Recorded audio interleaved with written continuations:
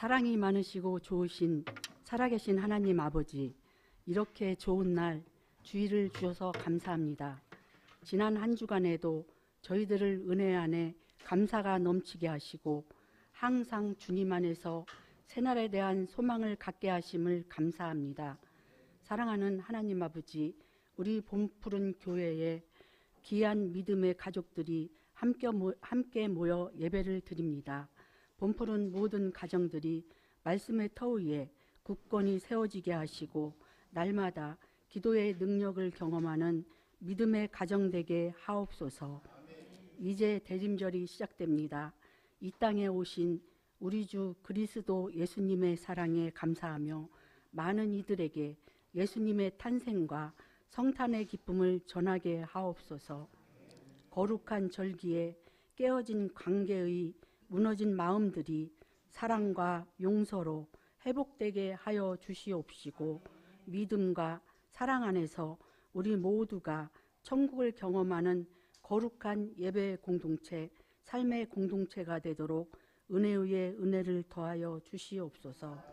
사랑하는 하나님 아버지, 특별히 건강과 물질로 삶의 어려움 가운데 있는 믿음의 식구들을 기억하사 긍휼히 여겨 주시옵고, 십자가의 사랑과 하나님의 자비하심으로 회복해 하여 주시옵소서. 사랑하는 하나님 아버지, 우리 자녀들과 다음 세대를 위해 기도합니다. 인생에서 가장 중요한 결정을 하여야 하는 시기에 진로와 혼사의 문을 열어 주시옵고, 직업과 학문의 지경을 넓혀주는 은혜를 허락하시옵소서. 우리 자녀들이 일본 비전 트립을 기도 가운데 준비하고 있습니다. 준비부터 진행되는 모든 과정을 세밀하게 주관해 주시옵고, 하나님의 거룩한 계획이 우리를 통하여 이루어지게 하여 주시옵소서. 우리의 자녀들과 다음 세대 청년들이 이 땅을 향한 하나님의 뜻을 담아내는 믿음의 거룩한 세대가 되게 하여 주시옵고, 이 땅에 하나님 나라를 이루는데 귀하게 쓰임 받도록 복의 복을 더하여 주시옵소서. 오늘 저녁 성찬트리 점등 예배에도 은혜와 사랑이 가득하게 하시옵고, 다시 오실 예수님을 전하는 대림절이 되게 하옵소서. 한 해의 결산을 준비하는 교회 사무총회 위에도 함께 하셔서 우리 교회의 새로운 한 해 사역을 잘 준비하도록 은혜를 주시옵소서. 특별히 12월 14일 교회 앞에 세움받는 임직으로에 기도합니다. 진행 과정과 순서마다의 은혜를 주시옵고, 하나님 기뻐하시는 충성된 일꾼으로 세워 주옵소서. 교회의 주인이신 하나님 아버지, 담임 목사님에게 강건함과 성령 충만함 주셔서 맡겨주신 교회의 온 성도를 주님 뜻대로 잘 이끌어 가도록 은혜를 주셔서 감사합니다. 오늘 선포되는 말씀 위에 하나님의 은혜가 넘치도록 함께하여 주옵소서. 이 시간 올려드리는 시온 성가대의 찬양을 기뻐 받아 주시옵고, 예배를 위해 수고하며 섬기는 모든 손길들의 귀한 섬김과 헌신을 기억하여 주옵소서. 믿고 감사드리며 삶의 모든 길에 인도자가 되시고 동행하시는 그리스도 우리 주 예수님 이름 받들어 기도드립니다. 아멘.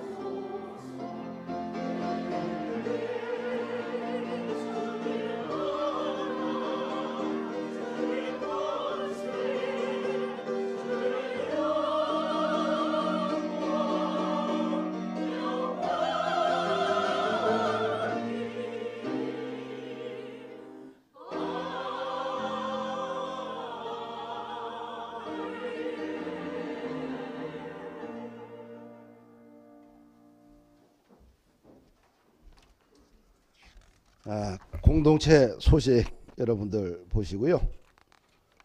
무엇보다 예배 끝나고 나서 임시 사무총회를 하도록 하겠습니다. 우리 집사님 이상들은 좀 남아주시면 감사하겠습니다. 그리고 우리 다음 주에 우리 김정숙 우리 숙명여자대학교 대학원의 성악가를 이제 대학원을 졸업을 하게 되는데 오후 5시에 졸업 연주 독창회가 있습니다. 꼭 기도해 주시고 시간 되시는 분들은 함께 참여하면 좋을 것 같습니다. 우리 원덕연 집사님 어머님이 이게 치료차 서울에 올라오셨어요. 여기 세 번째 줄에 앉아 계시는데 우리 박수로 축복해 주십시다. 예.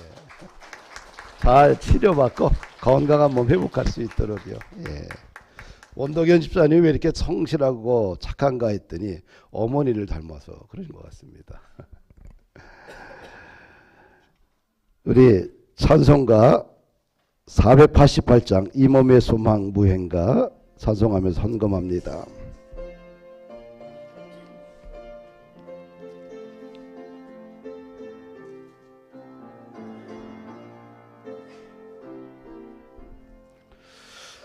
이 몸의 소망 무언가 오래조 예수뿐일세 우리 조 예수 밖에는 믿음이 아주 없도다. 주 나의 반석이시니 그 위에 내가 서리라. 그 위에 내가 서리라. 무섭게 바람 부는 밤 물결이 높이 설렐 때 우리 주 크신 은혜에 소망에 닿을 줄이라. 주 나의 반석이시니 그 위에 내가 서리라. 그 위에 내가 서리라. 세상에 믿던 모든 것 끊어질 그날 되어도 구주의 언약 믿사와 내 소망 더욱 크리라. 주 나의 반석이시니 그 위에 내가 서리라. 그 위에 내가 서리라. 바라던 천국 올라가 하나님 앞에 배울 때 구주의 의를 힘입어 어여치 바로 서리라. 주 나의 반석이시니 그 위에 내가 서리라. 그 위에 내가 서리라. 아멘. 우리 요한복음입니다. 요한복음 1장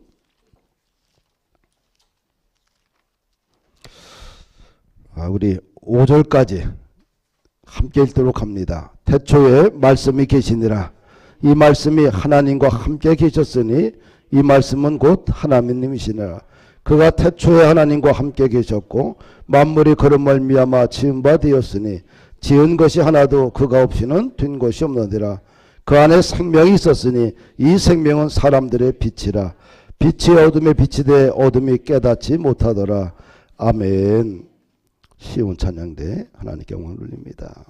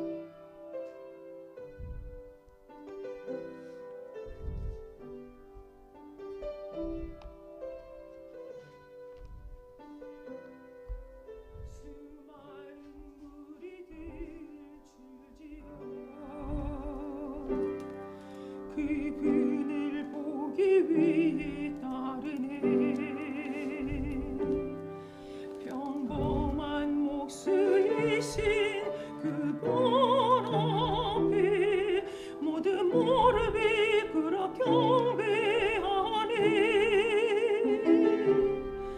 모든 문제들 하나하나 지금까지도 예비하고 생명이 기원 되신 예수의 이름 앞에 모든 권세를 굴복하네.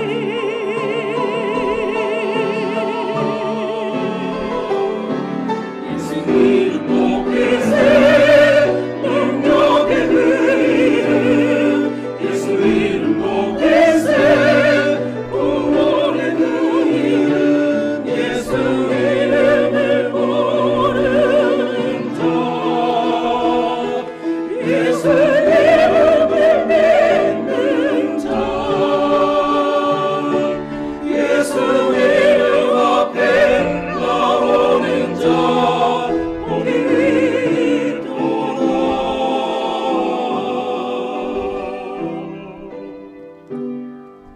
나의 계획이 실패하고 나의 소망이 끊어질 때 삶의 주관자 되신 그분 앞에 나의 무릎을 꿇어 경배하네. 나의 삶을 그분께 맡길 때 비로소 나의 마음 평안해.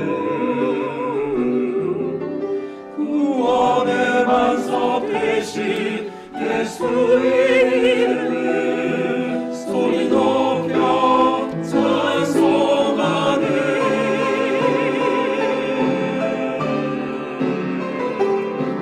예수 이름 높이세 능력의 그 이름 예수 이름 높이세 구원의 그 이름 예수 이름을 모르는 자 예수 이름을 믿는 자 예수 이름 앞에 나오는 자 복이 있도다.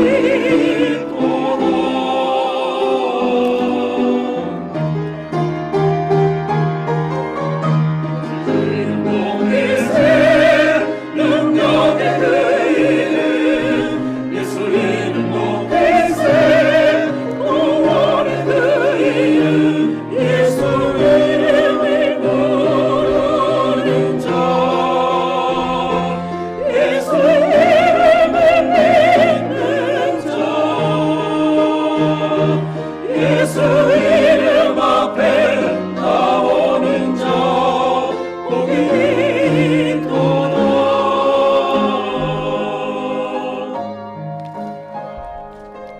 능력의 이름 구원의 이름 그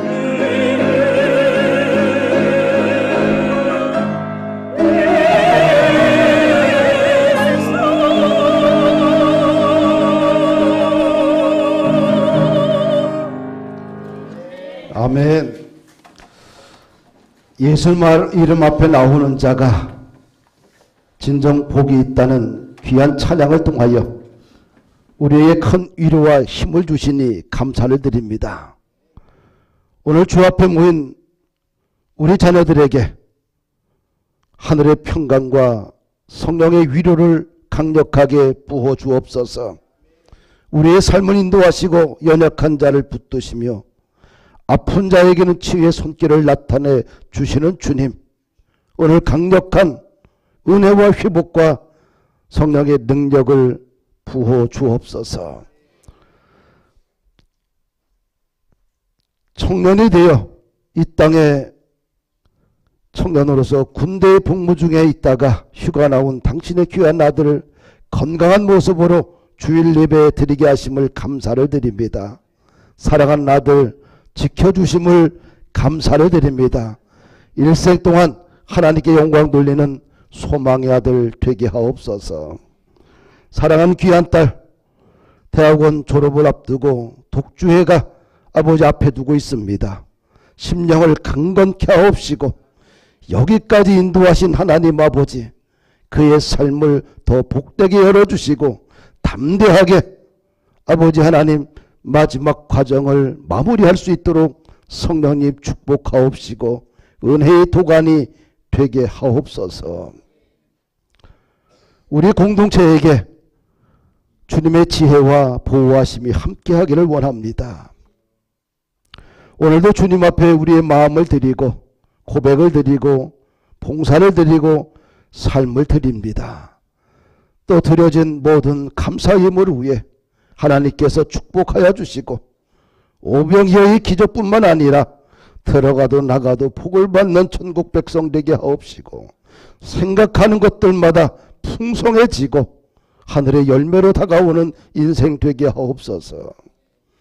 아버지 하나님, 이 대강절을 통하여서 만왕의 왕이신 예수님을 모시고 승리하는 이 한 해 되기를 원합니다. 하나님 복되게 하옵소서. 오늘도 말씀 앞에 겸손히 씁니다. 우리의 심령을 새롭게 하옵시고 은혜로 덮어 주옵소서. 예수 그리스도 이름으로 기도하옵나이다. 아멘. 설교 마친 후에 그래도 감사, 그렇죠? 감사 발표할 분들은 한 4사람 정도 나와서 하도록 하겠습니다. 아셨죠?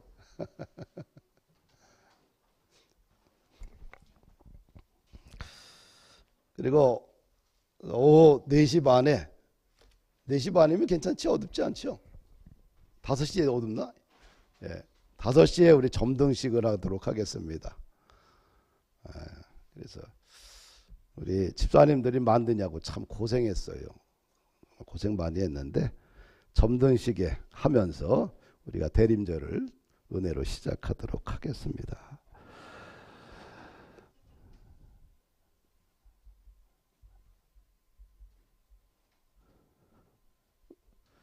기독교 역사에서 이 대림절 또는 대강절이라고 하는 절기가 있는데 성탄절 25일 앞에 4주, 전 4주서부터 4주간 지켜요. 이걸 대강절, 대림절 이렇게 두 용어를 사용하고 있습니다. 이 대림절이라는 말은 오심을 기다리는 절기라는 거예요. 또 대강절도 내려오심을 기다리는 절기, 같은 언어입니다. 내려오심을, 그분이 오심을 기다리는 절기다. 그 누가 오심을 기다리는 절기일까요? 예수 그리스도가 이 땅에 오심을 기다리는 절기로 지켜요. 기독교 역사에서 4세기 때 이제 금식과 회개의 절기로 시작을 했고요. 그리고 6세기 로마 교회가 4주 절기로 확립을 하게 돼요. 그래서 4주간에 상징적인 코드를 둬가지고 촛불을 4개를 켜요. 첫 주에는 요색, 세 번째는 셋째 주는 요색, 그 넷째 주를 이제 촛불을 켜면서 상징적으로 지키게 됐지요. 그래서 이 대림절은 단순하게 어떤 의미가 있느냐, 단순하게 예수님이 오신다 이것이 아니라 구약의 역사는 기다림의 역사예요. 그렇죠? 선지자를 통해서 여호와 하나님께서 끊임없이 하신 메시지가 있어요. 메시아를 보내주시겠다는 거예요. 흑암의 골짜기에 바로 메시아를 보내주시겠다. 그래서 구약의 선지자뿐만 아니라 하나님의 나라를 갈망하는 사람들은 그냥 메시아를 고대하고 기다렸죠. 그래서 이 대림절은 또 한 가지 또 의미가 있는 것은 뭐냐면 2000년 전에 예수님께서 이 땅에 내려오셨어요. 이것이 초림이라고 그래요. 초림. 이 땅에 그분께서 내려오신 거예요. 그 기다렸던 이 메시아를 그분이 직접 이 땅에 내려오셔. 이 초림의 사건이죠. 그리고 이 대림절은 또 한 가지 뭐냐면 의미는 뭐냐면 재림의 주님을 기다리는 거예요. 그죠? 초림은 이미 오셨고 이 땅에 오셨고 앞으로 오실 재림의 주님을 기다리는 거거든요. 그리고 현재는 뭐냐? 성령님께서 우리 가운데 임재하시는을 기다리는, 그리고 이 대강절을 통해서 우리는 회개와 기도의 시간으로 경건하게 보내는 거죠. 한마디로 뭐냐면 이 대림절은 그분이 이 땅에 오심을 사모하고 기다리는 주간이에요. 세상의 날짜는 12월 31일로 끝나요. 근데 교회의 역사는, 시간은 11월 30일로 마감하고 12월 1일부터 대강절을 통해서 교회의 역사가 시작되는 거예요. 그래서 교회의 역사는 누굴 통해서? 예수 그리스도가 중심이 되어서 시작이 되는 거거든요. 그래서 12월 달에 대강절을 통해서 새로운 연도로 넘어가는 거지요. 그래서 교회가 12월 달만 되면 11월 말일부터 다 종료하고 12월 달서부터 새로운 조직 체계로 가는 거예요. 왜? 우리 인생의 주인은 누구예요? 예수 그리스도거든요. 그래서 예수 그리스도를 고대하고 그분의 초림을 기뻐하고 또 그분의 재림을 기뻐하고 그러면서 우리 교회 역사가 또 달력이 시작되는 겁니다. 오늘날은 이게 좀 번거로워, 이해가 잘 안 돼서 그냥 12월 30일을 정리하고 깨끗하게 그냥 세상 달력처럼 1월 1일부로 새롭게 출발하고 하는데, 사실은 그것이 기독교의 역사의 흐름 속에서 지금까지 이어왔다는 거죠. 그래서 내 인생의 시작은 누구예요? 예수님이라는 거예요. 예수님. 그분이 중심에 있어야 돼요.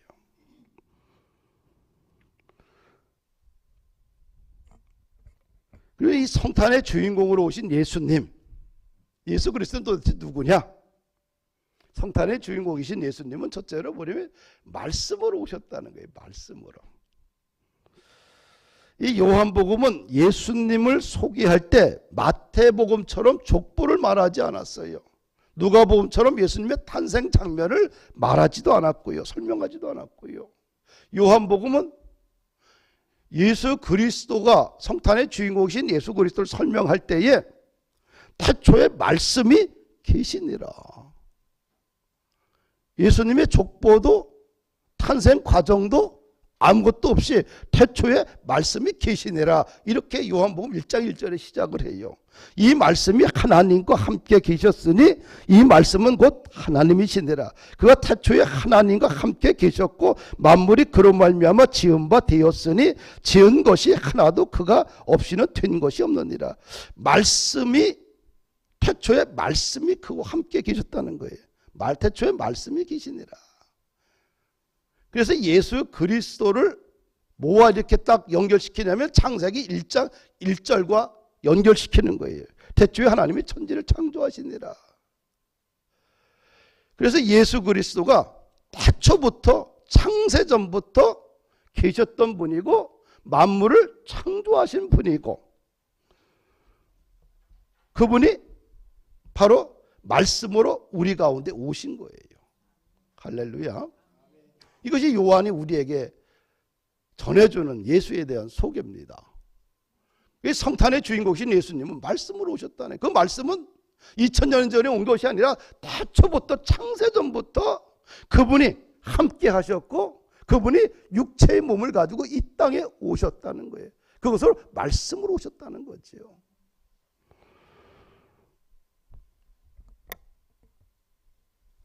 히브리서 1장 2절 보니까 하나님이 마지막 날에는 아들을 통하여 말씀하셨으니 그로 말미암아 세상을 지었다. 그 말씀으로 오신 예수님은 세상을 지으신 분이고 창조주라는 거예요.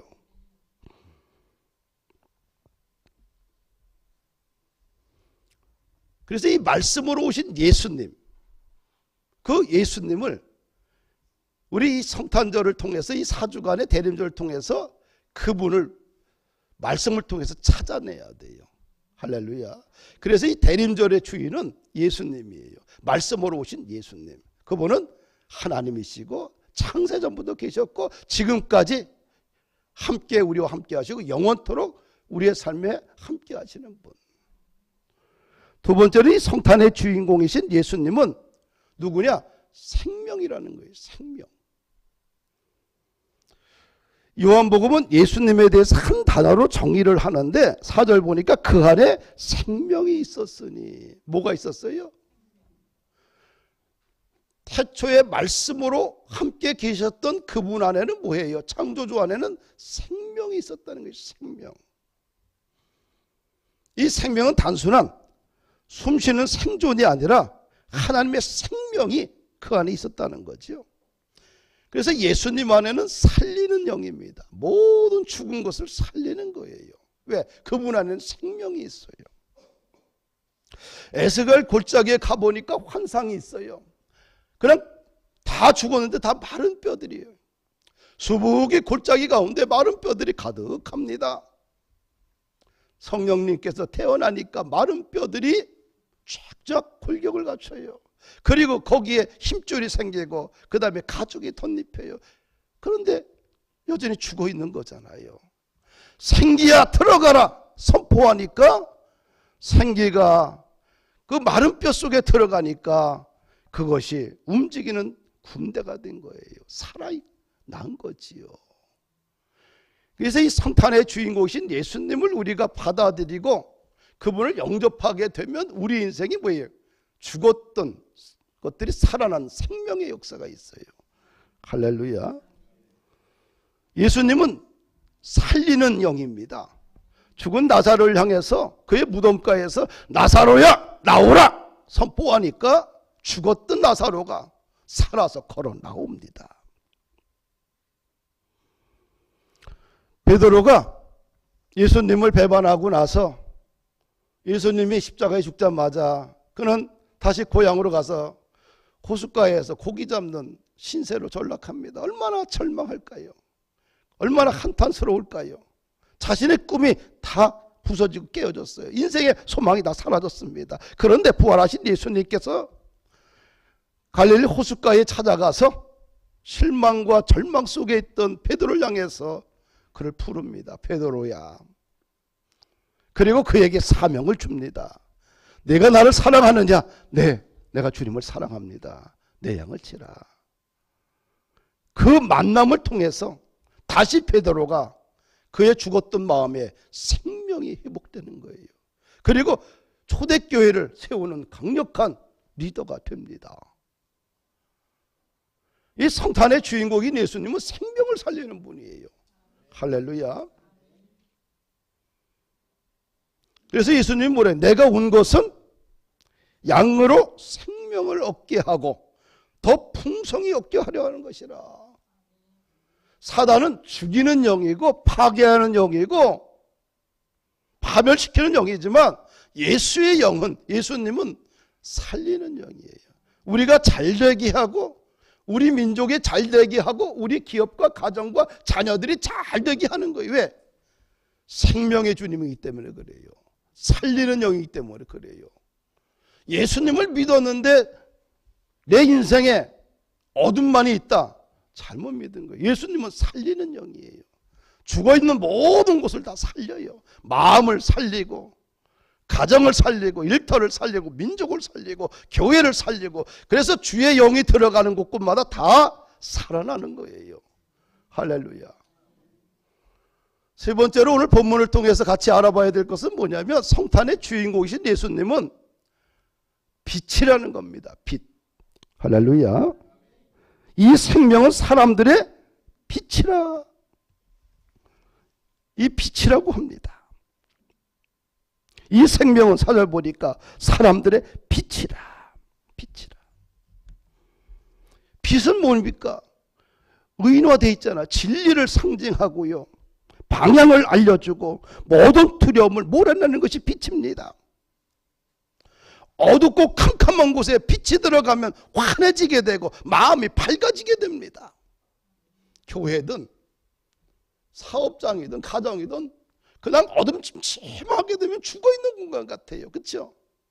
그렇죠? 그래서 밝게 비추는 거예요. 왜 12월 달 되면은 그냥 사방에서 추리를 만들고 걷다가 수많은 조명을 집어넣어 갖고 아주 환하게 만듭니까? 호텔 가면 벌써 한 달 전부터 크리스마스 추리로 아주 주변이 아주 밝습니다. 환하면 기분이 좋아요.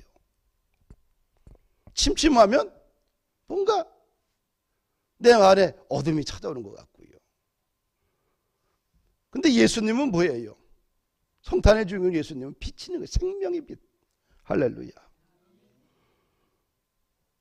그런데 5절을 보니까 빛이 어둠에 빛이 돼 어둠이 깨닫지 못했습니다. 빛이 이 땅에 왔지만 2000년 전에 빛이 이 땅에 왔지만 사람들은 그 빛을 이해하지도 못하고 거부해요. 왜? 영적으로 무감각하니까.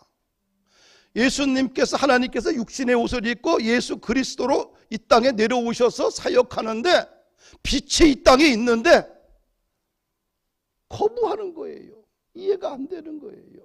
그래서 빛을 받아들인 사람들은 인생에 엄청난 변화가 일어났고 삶의 가치가 바뀌고 관점이 바뀌었는데 여전히 종교 지도자들이나 자기 지식에 꽉 차 있는 사람들이나 변화를 싫어하는 사람들, 기득권을 그냥 유지하고 싶은 사람들에게는 그 빛이 왔음에도 불구하고 그 빛을 거부하는 거예요. 그래서 예수님을 조롱하고 침뱉고 욕하고 결국 십자가에 예수님을 던져서 죽입니다. 9절 11절을 보니까 참빛 곧 세상에 와서 각 사람에게 비추는 빛이 있었나니 그가 세상에 계셨으며 세상은 그로 말미암아 지은 바 되었으되 세상에 그를 알지 못하였고 참빛인 예수님께서 이 땅에 오셨습니다. 비추는 빛입니다. 세상에 그로 말미암아 지은 바 되었습니다. 그런데 세상이 그를 알지 못했다는 거예요. 그가 자기 땅에 오면 자기 백성이 영접하지 않았다. 예수님이 이 땅에 오셨지만 사람들은 예수님을 영접하지 않은 거예요. 예수님이 참빛인 예수님이 이 땅에 오셨지만 그분이 태어나실 때 보니까 천사들만 화답하고 찬양했어요.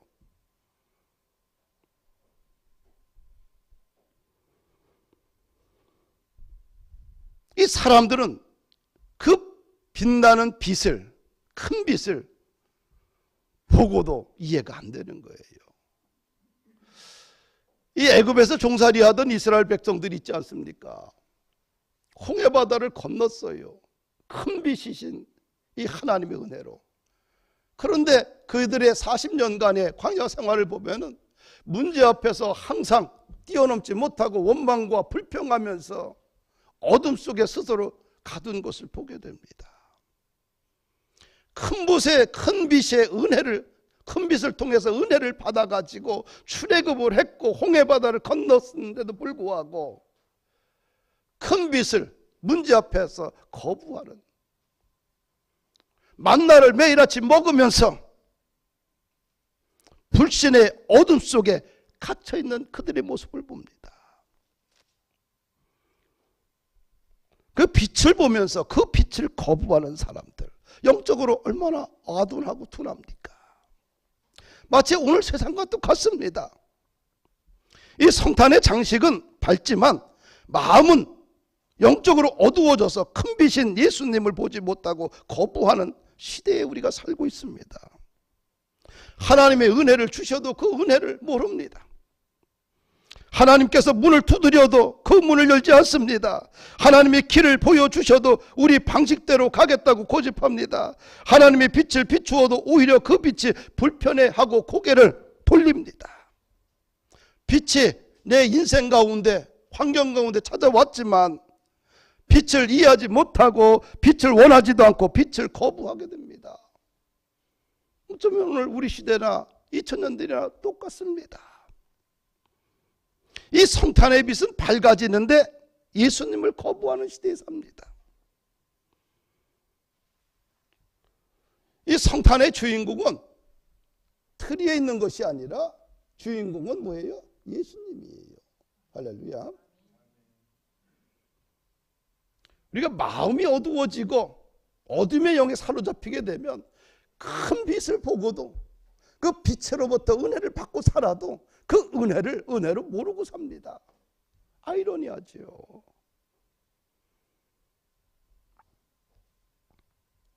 사랑하는 여러분들,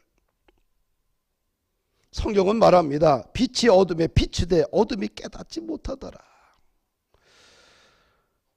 이 성탄절에 빛 대신 예수님을, 생명 대신 예수님, 빛 대신 예수님을 우리가 마음으로 영접하고 받아들이게 되면 하나님의 자녀가 권세가 되는 그런 놀라운 은혜를 받게 돼요.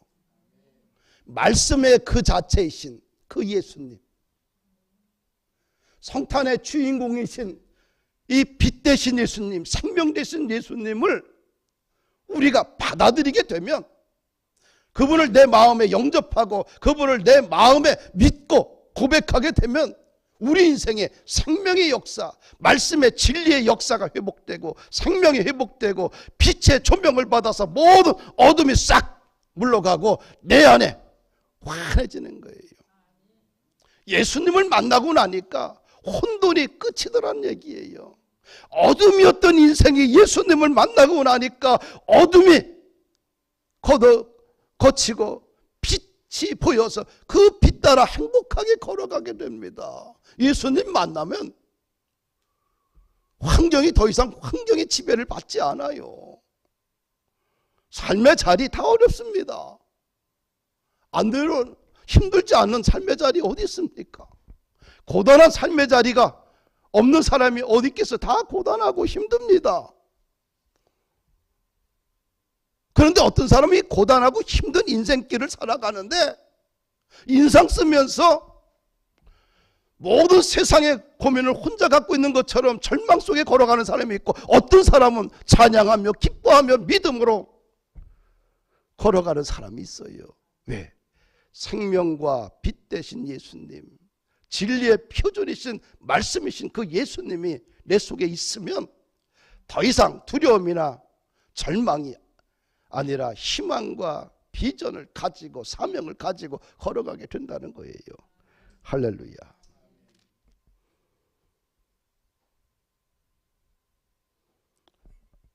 오늘 본문을 통해 또 한 가지 우리가 생각해 봐야 될 것은 뭐냐면, 이 성탄의 주인공이신 예수님을 믿는 사람들에게 하나님이 사명을 주셨는데, 세상에 가서 너희들이 말씀의 진리가 되고 너희들이 세상의 빛이 되고 세상을 살려내는 생명의 주인공이 되라는 메시지입니다. 할렐루야. 빛이신 예수님이 우리 안에 오셨다고 한다면 이제는 우리가 세상 속에서 빛이 되는 사람으로 살아가야 됩니다. 어둠을 몰고 다니는 사람이 아니라 빛을 몰고 다니는 성도가 되어야 됩니다. 그래서 우리는 복음의 빛을, 믿음의 빛을, 소망의 빛을, 사랑의 빛을, 사명의 빛을, 진리의 빛을, 은혜의 빛을, 전도와 선교의 빛을 비추는 이런 대림절이 되어야 돼요. 할렐루야. 이 다니엘은 이 신앙의 기준을 무너뜨리지 않았어요. 이방 세계에서 세상을 비추는 빛의 역할을 그는 감당했습니다. 이스라엘의 청년입니다. 근데 바벨론에 장학생으로 유학을 갑니다. 근데 거기 가서 바벨론의 문화나 가치들을 습득해야 되고 바벨론의 방식대로 살아야 되는 것이 조건입니다. 그런데 이 다니엘과 세 친구들은 거부합니다. 우리는 창조주 하나님을 믿고 하나님이 주신 방식대로 밥을 먹고 살겠습니다. 당신의 문화나 가치들을 우리는 소용하지 않고 우리의 가치를 하나님이 주신 가치대로 살겠습니다라고 고집부립니다. 이방 한가운데서 그 문화 가운데서 그들은 생명을 걸고 신앙의 가치를 고수합니다. 다니엘서 1장 8절 보니까 말씀의 기준을 지켰어요. 다니엘은 뜻을 정하여 자신을 더럽히지 않았다고 기록하고 있습니다. 바벨론의 제도와 문화가 자신의 정체성을 흔들어도 다니엘은 하나님의 말씀을 기준으로 선택했습니다. 이것이 빛된 사람들의 삶의 모습이에요. 적당한 거 안 됩니다. 세상 속에서 우리는 빛으로 살아야 돼요. 할렐루야. 다니엘은 기도의 자리를 놓치지 않았습니다. 전에 하던 대로 하루에 3번 예루살렘을 향하여 창문을 열고 하나님께 기도했어요. 자신을 죽이고자 하는 몰입애들이 있음에도 불구하고 그는 여전히 하나님을 향하여서 무릎을 꿇고 하루에 3번 기도합니다. 이 다니엘이 이 기도의 빛, 믿음의 빛을 숨기지 않았습니다.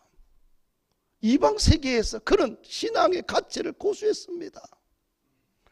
다니엘서 6장 3절 보니까 지혜와 성실로 빛을 드러냈습니다. 다니엘은 마음이 민첩하여 총리들과 고관들 위에 뛰어났으므로 이 다니엘은 이방 정부에서 그의 탁월함을 인정받았습니다. 세상 속에서 신앙을 숨기지 않고 지혜와 성실을 통해서 하나님 나라의 빛을 드러낸 사람이에요. 뿐만 아니라 다니엘서 2장 4절, 2장 4장 5장을 보게 되면 다니엘은 왕 앞에서 권세자 앞에서 하나님의 진리를 담대히 선포합니다.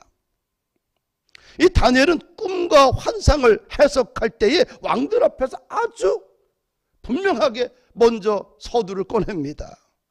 해석은 하나님께 있습니다. 바벨론과 메대와 바사, 이 왕들이 세 제국이 바뀌어가면서도 그는 거기서 권세를 명예를 갖고 살았습니다. 그러면서 꿈과 환상을 해석할 때마다 그는 모든 해석은 하나님께 있습니다.